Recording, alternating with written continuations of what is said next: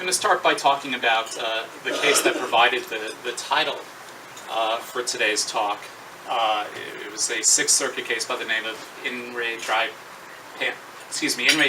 Pampers litigation. And the underlying lawsuit was interesting. Procter & Gamble came out with a new product called Drymax Pampers that used special chemicals to make the diapers drier when confronted with what diapers are generally confronted with. And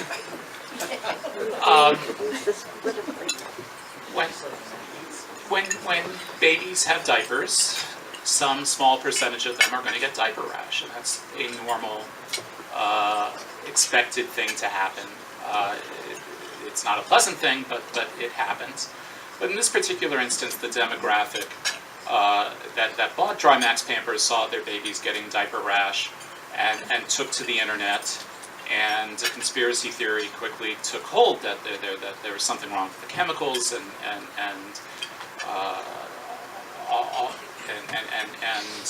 the rumor mill grew very, very loud. And so the Centers for Disease Control decided to investigate, because government is just another name for what we call it when we have a witch hunt that taxpayer dollars pay for, and we all get together to do that.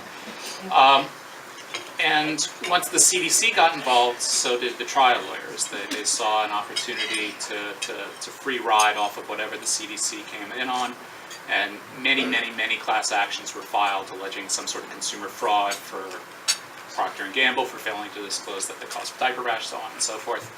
These all got consolidated in the Southern District of Ohio, and the litigation was promptly being churned with dozens and dozens of lawyers and law firms. And then the CDC came out with a report and said, there's nothing wrong with these diapers. Just diaper rash is a thing that happens. We don't see any cause and effect here. So now you have this bad lawsuit. What are you going to do? And the answer was they went ahead and they settled it anyway. And Procter & Gamble's agreed to pay the lawyers $2.7 million to go away, and structured settlement relief to sort of rationalize that settlement. And this is where the center came in. We had a client, and we recognized that this was a problematic settlement in many ways. That what you had was a meritless lawsuit, and it was being settled in a way that just the lawyers were getting paid, and the class wasn't getting anything. And taking a step back, when you have a class action settlement, what you have is you have some sort of consideration being given to the class, and in exchange, the class releases the defendant from all future claim or all claims relating to the underlying subject of the litigation. And because there's this release, and because in a class action, most, in fact nearly everyone who's actually being affected is an absent class member, you can't actually adversely affect their legal rights without giving them notice in a hearing. That's just a constitutional due process thing.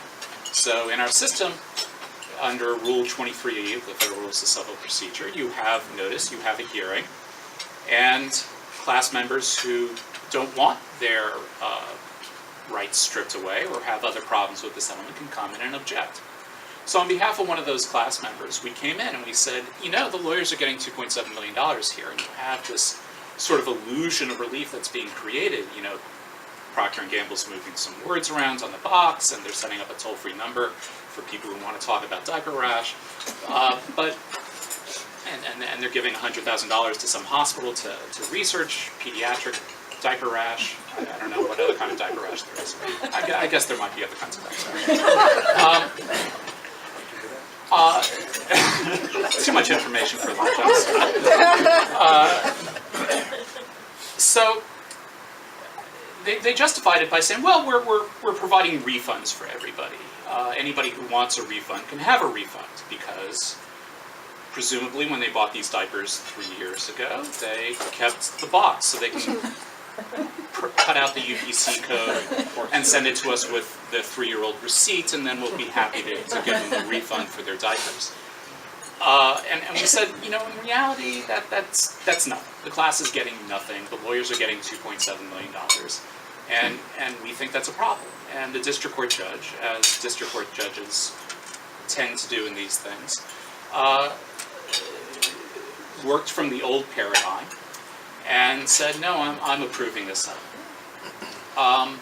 And the Sixth Circuit opinion that resulted from our appeal, I think, is interesting. It was a 2-to-1 decision. I think the majority versus the dissent exhibits the old view of class action settlements and sort of the new paradigm that the Center for Class Action Fairness is trying to push in this area. And the dissent said, look, this was a worthless lawsuit. There's just next to no merit for it. So it's perfectly okay for the class to get next to nothing. That by itself is an adequate settlement.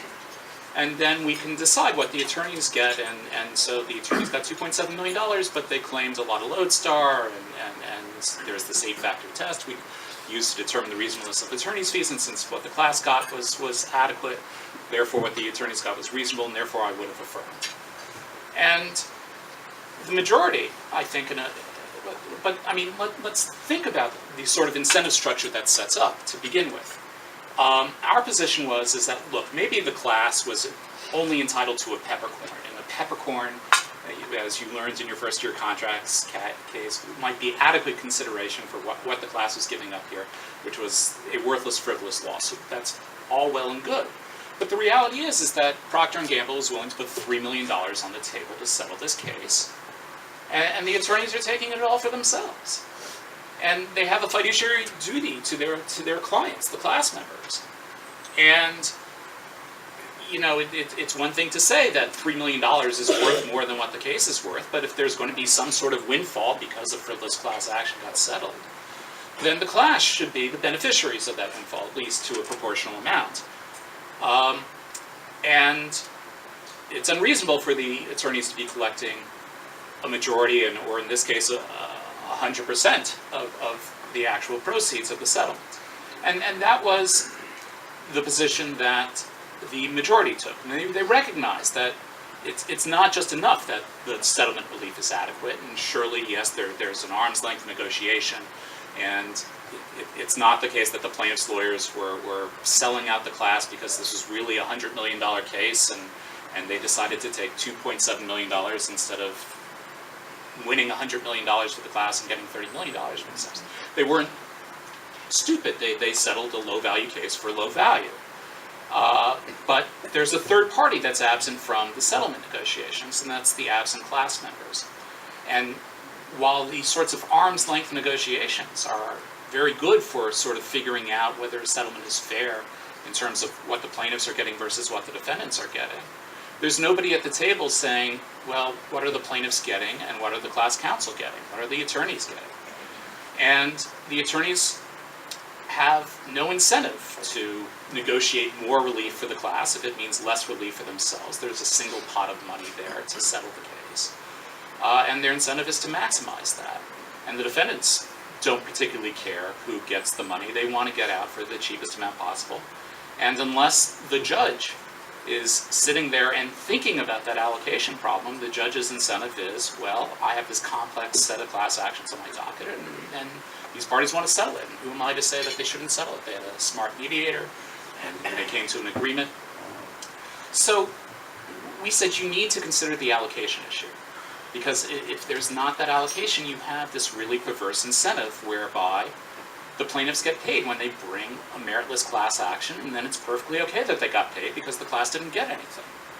And in fact, even if you think that corporations are these horrible monsters with big, sharp, pointy teeth who are just looking for ways to rip off consumers, and we need class actions to deter them, you want the allocation issue there, because if the class counsel get paid more because they brought a meritless lawsuit and can collect 100% of the proceeds, whereas if they brought a meritorious lawsuit, the judge has to look to see whether or not the class relief is proportional or an adequate substitute for the approximate value of the litigation.